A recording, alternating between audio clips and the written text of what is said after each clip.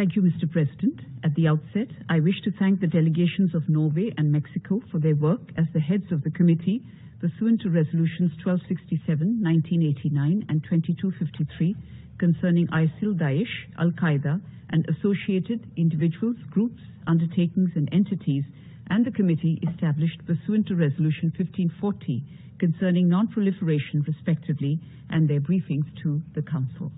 These committees, along with the Counter-Terrorism Committee established pursuant to Resolution 1373, are the pillars of the Security Council's counter-terrorism architecture.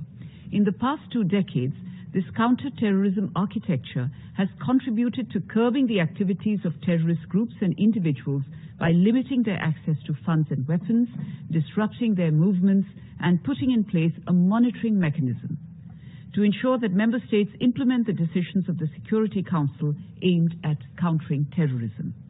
The Council has adopted several landmark counter-terrorism-related resolutions, such as Resolution 2178 of 2014, 2462 of 2019, and 2482 of 2019, as well as Resolution 2593 of 2021 during India's presidency of the Council in August last year, to ensure that Afghan territory is not used for sheltering, training, planning, or financing terrorist acts.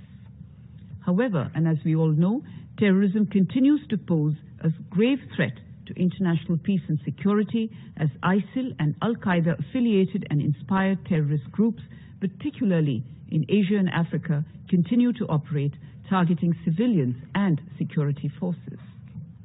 Lest we forget, in November 2008, 10 terrorists entered the city of Mumbai through sea route from Pakistan, ravaging the city for 4 days, killing 166 people, including 26 foreign nationals. Our efforts to sanction the perpetrators and facilitators of these terror attacks were blocked in the past for political reasons. These actors continue to walk free and have been organizing further cross-border attacks against my country. The work of the 1267 Committee relies on that of the Analytical Support and Sanctions Monitoring Team, which in its recent report to the 1988 Committee highlighted the continued threat posed by Lashkar-e-Toiba and Jaish-e-Mohammed. We thank the team for its reports and hope that the team will continue to report the activities of these groups, including in its periodic reports to the 1267 Committee. While these entities were listed under the 1267 sanctions regime more than a decade back, there is need to keep monitoring their activities as they have been allowed to operate under various aliases with state-sponsored hospitality. In this context, may I draw the Council's attention to the clarion call of our External Affairs Minister to this very Council last year through his 8-point action plan, which also highlighted the need for reform of the working methods of the Security Council sanctions committees in order to ensure greater transparency, accountability, and effectiveness in the working of these committees. He had called for ending the practice of placing blocks and holds on listing requests without any rhyme or reason, and ensuring that listing and delisting of individuals and entities under the UN sanctions regimes is done objectively, based on evidence and not on political considerations. The Council needs to pay attention to these action points, else credibility of these committees and our collective faith in them will only get gradually eroded. As the chair of the Counter-Terrorism Committee for 2022, India made all efforts to ensure that the committee is able to deliver its mandate effectively. I have highlighted the activities and the achievements of the CTC in the past 1 year in my statement as the chair for briefing the Security Council. The CTC in the past 1 year was able to underscore the risk posed by the existing as well as expanding terrorist threats in Asia and Africa, and the need for providing capacity-building assistance to risk-prone member states, as well as ensuring effective actions by member states to curb the activities of terrorist groups operating from the territories under their control.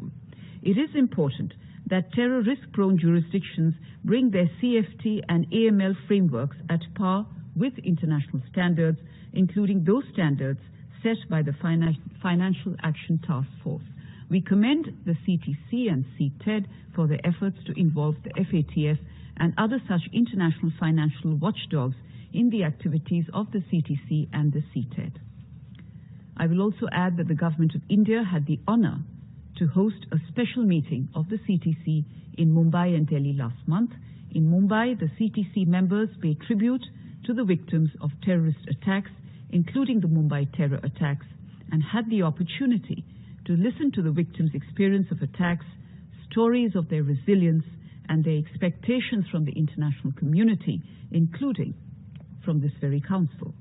The meeting in Delhi highlighted the threat posed by the use of new and emerging technologies such as social media, encryption messaging services, virtual currencies, blockchain technologies, mobile money wallets, drones, etc. by terrorist groups, and an urgent need for the Council to address this threat in a comprehensive and holistic manner. The Delhi Declaration embodies the Council's collective determination to pay attention to this threat and further develop guidance for Member States to address this threat. We are confident that the UAE, as the incoming chair of the Counter-Terrorism Committee, will continue to build on these initiatives. May I also thank the CTED team for their cooperation and contribution in the substantive work of the committee and in facilitating the effective functioning of the chair. Mr. President, turning to the 1540 Committee, this is an important component of the global non-proliferation architecture aimed at curbing the threat posed by the proliferation of nuclear, chemical and biological weapons, as well as their means of delivery and related materials, equipment and technology by non-state actors, including terrorist groups. The committee should also take into account the rapid evolution of proliferation risks due to new and emerging technologies, increasing the risks of WMD access by terrorist groups and other non-state actors. Let me reaffirm that my delegation accords high importance to Resolution 1540 and the work of the 1540 Committee and its ongoing negotiations for the renewal of the mandate of the committee. I would like to conclude, Mr. President, by reiterating our fullest support to the work of the three committees in their collective pursuit to address the threat posed by terrorism and the proliferation of weapons of mass destruction, as well as their means of delivery. Thank you.